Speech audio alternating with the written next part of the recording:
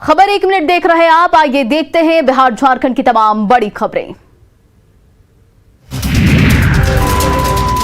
सरेआम गोलियां चलाते और गली गली में दहशत फैलाते गुंडे, ये ना तो किसी मुंबई या फिल्म का सीन है और ना ही कोई खेल तमाशा हो रहा है।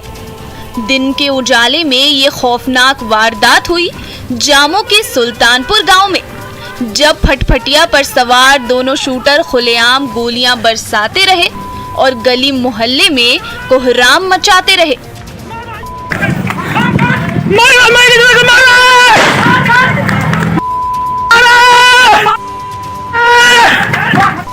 दोनों अपराधी खुलेआम पीडीएस डीलर और बीजेपी नेता जनार्दन सिंह को गोलियों से भूनकर भागने लगे। इन्हीं अपराधियों की गोली के शिकार बीजेपी नेता की हालत बिगड़ने लगी तो उन्हें सिवान सदर अस्पताल ले जाया गया। प्राथमिक उपचार के बाद वहां से पटना ले जाने के दौरान उन्होंने दम तोड़ दिया। दोपहर के 12 बज रहे हैं। रामनगर की राशन शॉप पर ज्यादा चहल पहल नहीं है, तो ग्राहकों से फुर्सत मिलते ही व्यवसायी छोटेलाल प्रसाद कुर्सी पर बैठे बैठे ऊँघने लगे। कब झपकी लगी पता ही नहीं चला। तभी एक ग्राहक राशन खरीदने पहुंच गया, लेकिन दुकानदार तो गहरी नींद में था। अब उस युवक को समझ में नहीं आ रहा था कि वो करे तो क्या करे, क्या व्यवसायी को जगा दे या किसी और को पुकारे या फिर दूसरे दुकान पर वो चला जाए। इसी उधेड़-बुन में वो कुछ देर तक यूं ही खड़ा रहा। तभी ये क्या, अब तक खामोश खड़े ग्राहक के हाव भाव बदलने लगते हैं। वो पहले तो हर तरफ नजरें फेरता है, जब तसल्ली हो जाती है कि किसी की भी निगाह उस पर नहीं है तो 2 पल के लिए ठिठकता है और तभी हाथ आगे बढ़ाता है और सामने काउंटर पर चमचमा रहा मोबाइल बिजली की तेजी से झपटता है।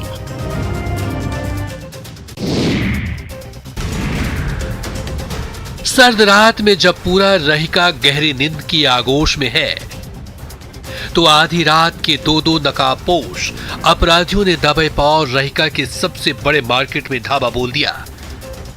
नुकीली छेनी से प्रहार किया, सुराख से हाथ अंदर घुसाकर सिटकिनी खोलने की कोशिश की। जब आसपास रहने वाले ग्रामीणों ने आवाज सुनी तो शोर मचाने लगे।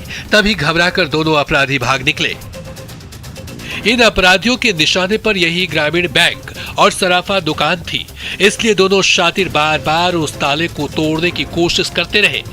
नुकीले हथियार से हमला करते रहे, लेकिन भारी भरकम ताला टूटने का नाम नहीं ले रहा था। तभी आहट होते ही मोहल्ले में हंगामा होने लगे तो डर के मारे दोनों अपराधी उल्टे पांव लौट गए और ग्रामीण बैंक के साथ साथ सराफा दुकान लूटने से बच गई।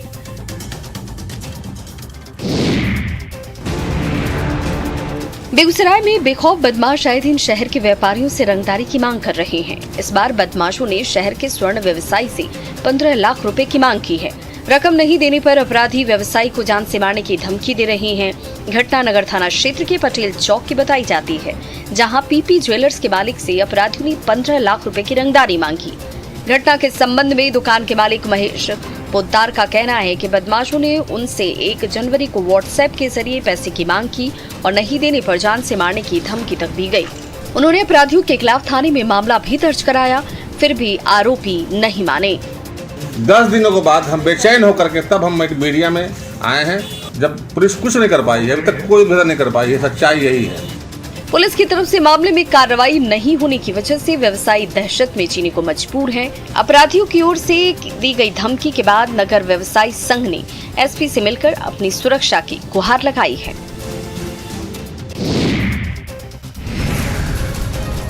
बिहार में शराबबंदी कानून को लेकर पुलिस की सख्ती के बावजूद भी शराब तस्कर अपनी करतूतों से बाज नहीं आ रहे हैं। तस्कर शराब की तस्करी के लिए हर दिन नया तरीका अपना रहे हैं, जिससे वह पुलिस की नजरों से बच सके। ऐसा ही मामला नवादा में देखने को मिला। नवादा गया पथ पर बिजली ऑफिस के पास तेज रफ्तार पिकअप अनियंत्रित होकर पलट गई। पिकअप में तस्करों ने चिप्स के नीचे शराब को छुपा रखा था, लेकिन पिकअप पलटने के बाद से शराब सड़क पर आ गई। जैसे ही लोगों को वैन में शराब की बात का पता चला, लोग शराब की लूट करने लगे। घटना की सूचना पाकर मौके पर पहुंची नगर थाने की पुलिस ने लोगों को शराब लूटने से रोका और इसकी सूचना उत्पाद विभाग को दी। उत्पाद विभाग ने पुलिस के सहयोग से पिकअप में रखे शराब को दूसरे वाहन में लोड कर अपने साथ ले गई। स्थानीय पुलिस ने पिकअप को जब्त कर लिया है।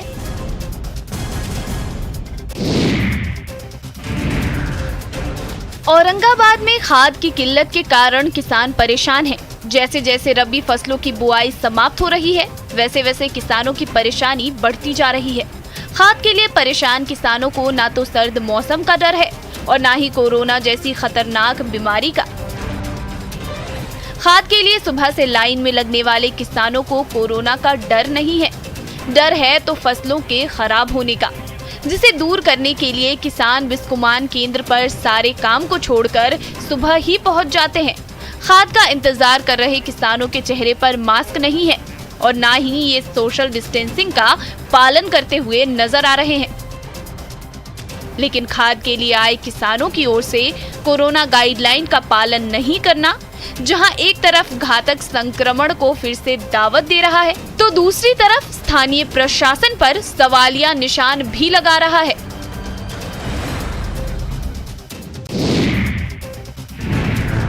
झारखंड में नक्सलियों के खिलाफ सीआरपीएफ की ओर से चलाए जा रहे अभियान में सफलता मिल रही है। इसका असर गढ़वा में भी देखने को मिल रहा है। पहले यह इलाका नक्सलियों का गढ़ माना जाता था, लेकिन सीआरपीएफ नक्सलियों के विरुद्ध अभियान चलाकर इस क्षेत्र को न सिर्फ नक्सल मुक्त बनाने का काम कर रही है, बल्कि स्थानीय लोगों को जरूरत का सामान मुहैया कराकर उनका सहयोग भी कर रही है, जिससे लोगों का जीवन आसान बने और लोग भयमुक्त होकर रह सके।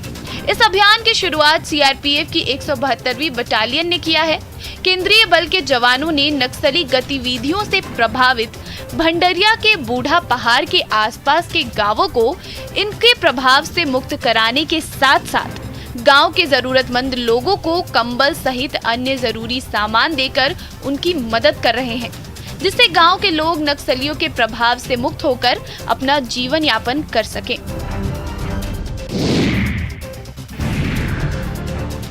बिहार में शराब कारोबारियों के खिलाफ पुलिस सख्त नीति अपना रही है। शराब के कारोबार को खत्म करने और इससे जुड़े कारोबारियों के खिलाफ पुलिस लगातार कार्रवाई कर रही है, जिससे कारोबारियों में हड़कंप है। मनेर पुलिस ने शराब का कारोबार करने वाले आरोपी को गिरफ्तार किया है। गिरफ्तार आरोपी पहले भी शराब बेचने के आरोप में जेल जा चुका है। आरोपी का नाम डब्लू बताया जा रहा है। इस दौरान पुलिस को आरोपी के पास से विदेशी शराब और नकदी भी बरामद हुई है। पुलिस ने मनेर बाजार से गिरफ्तार आरोपी के खिलाफ शराब अधिनियम के तहत मामला दर्ज करते हुए उसे जेल भेज दिया है और इस धंधे में शामिल अन्य आरोपियों की तलाश कर रही है। पुलिस की ओर से चलाए जा रहे इस तरह के अभियानों से शराब कारोबारियों में खौफ का माहौल है। यदि पुलिस इसी तरह शराब के धंधे से जुड़े लोगों के खिलाफ अभियान चलाती रही, न सिर्फ शराब कारोबारी इस धंधे से दूर रहेंगे, बल्कि शराबबंदी कानून को सफलतापूर्वक लागू भी किया जा सकेगा, जिससे सरकार को शराबबंदी के खिलाफ जारी अभियान को सफलता मिलेगी।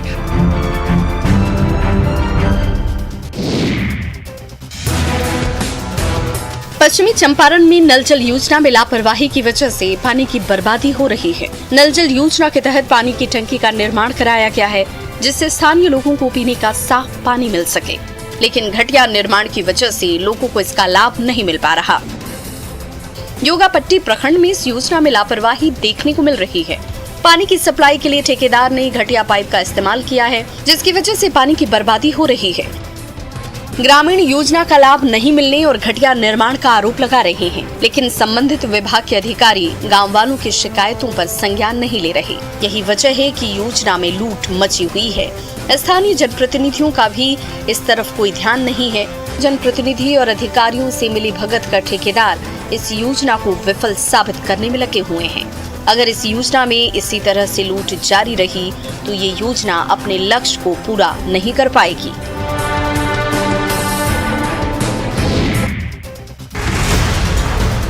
झारखंड में नक्सलियों के खिलाफ पुलिस की तरफ से चलाए जा रहे अभियान में पुलिस को सफलता मिलती दिख रही है।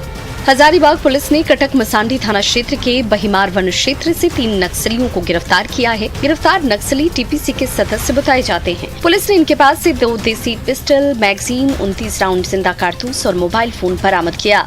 पुलिस ने गुप्त सूचना के आधार पर नक्सलियों के खिलाफ जंगल में अभियान चलाया, जिसमें नक्सलियों की गिरफ्तारी हुई। मुख्यालय डीएसपी राजीव कुमार ने स्थानीय पुलिस और सीआरपीएफ के जवानों के साथ संयुक्त तौर पर अभियान चलाया। पुलिस ने ये कार्रवाई उस वक्त की जब नक्सली जंगल में इकट्ठा होकर किसी वारदात को अंजाम देने की योजना बना रही थी। पुलिस के इस अभियान से नक्सलियों में दहशत का माहौल है। गिरफ्तार नक्सली कई वारदातों में शामिल बताए जा रहे हैं। पुलिस इनसे जिले में घटित वारदातों के विषय में पूछताछ कर रही है। जिला पुलिस आगे भी इस तरफ से अभियान को जारी रखने की बात कह रही है।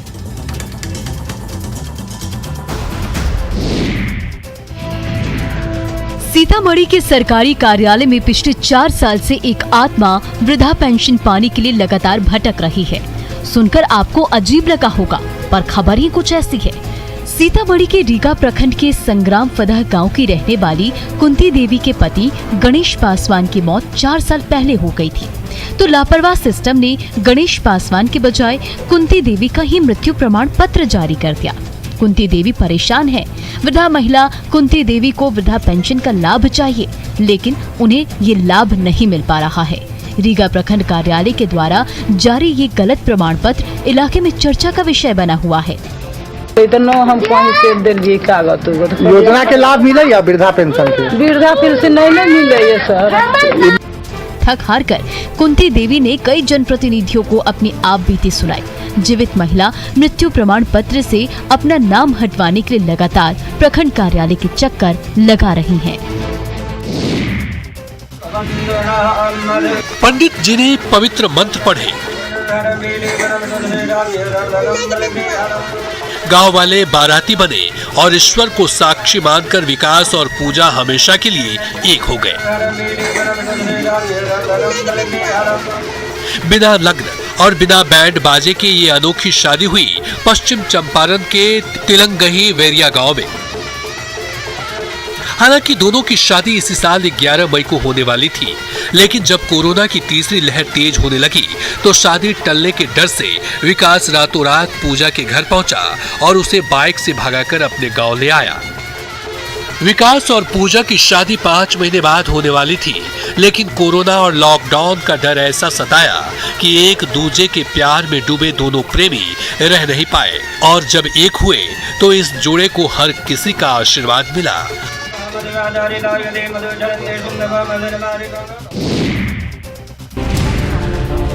राज्य में कोरोना संक्रमण में तेजी आने के बाद राज्य सरकार ने कोविड गाइडलाइंस का सख्ती से पालन करने का आदेश जारी किया, लेकिन लोगों पर इस आदेश का कोई असर देखने को नहीं मिल रहा। भागलपुर में लोगों को ना तो कोरोना संक्रमण का डर है और ना ही प्रशासनिक कार्रवाई का। लोग कोरोना गाइडलाइंस की धज्जियां उड़ा रहे हैं। कोरोना संक्रमण को लेकर लोगों की लापरवाही का नजारा भागलपुर रेलवे स्टेशन पर साफ साफ देखने को मिल रही है।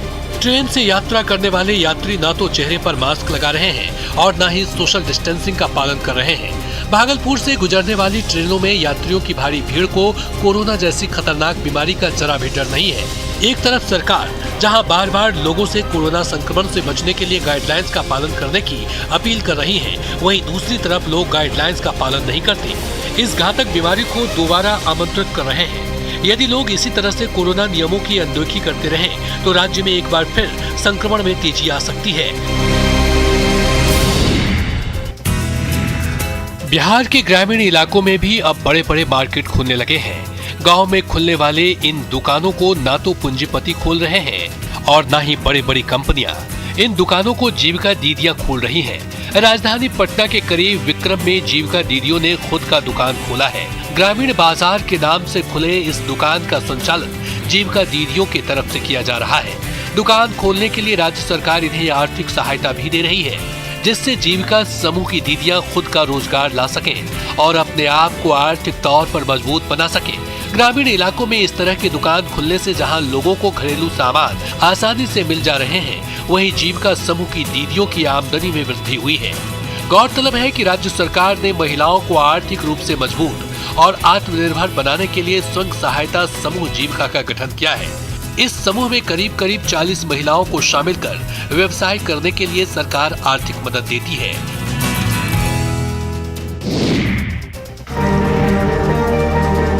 घना कुहासा और बेमौसम बारिश ने रामगढ़ के लोगों की परेशानी तो बढ़ाई ही है, किसानों की भी कमर तोड़ रखी है। कुहासे और बेमौसम बारिश से आलू किसान परेशान हैं।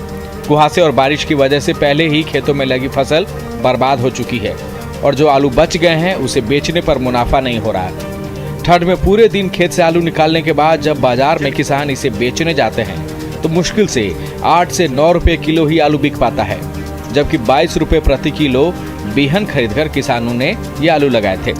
जिला के दुलबी, गोला और चितरपुर प्रखंड में किसानों की आर्थिक स्थिति इन आलू पर ही टिकी होती है।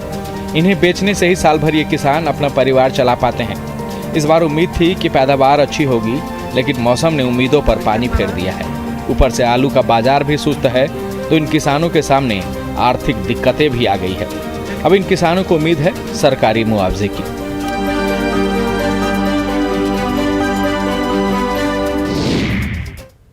और फिलहाल इस बुलेटिन में इतना ही। बने रहा आप न्यूज़ 18 बिहार झारखंड के साथ।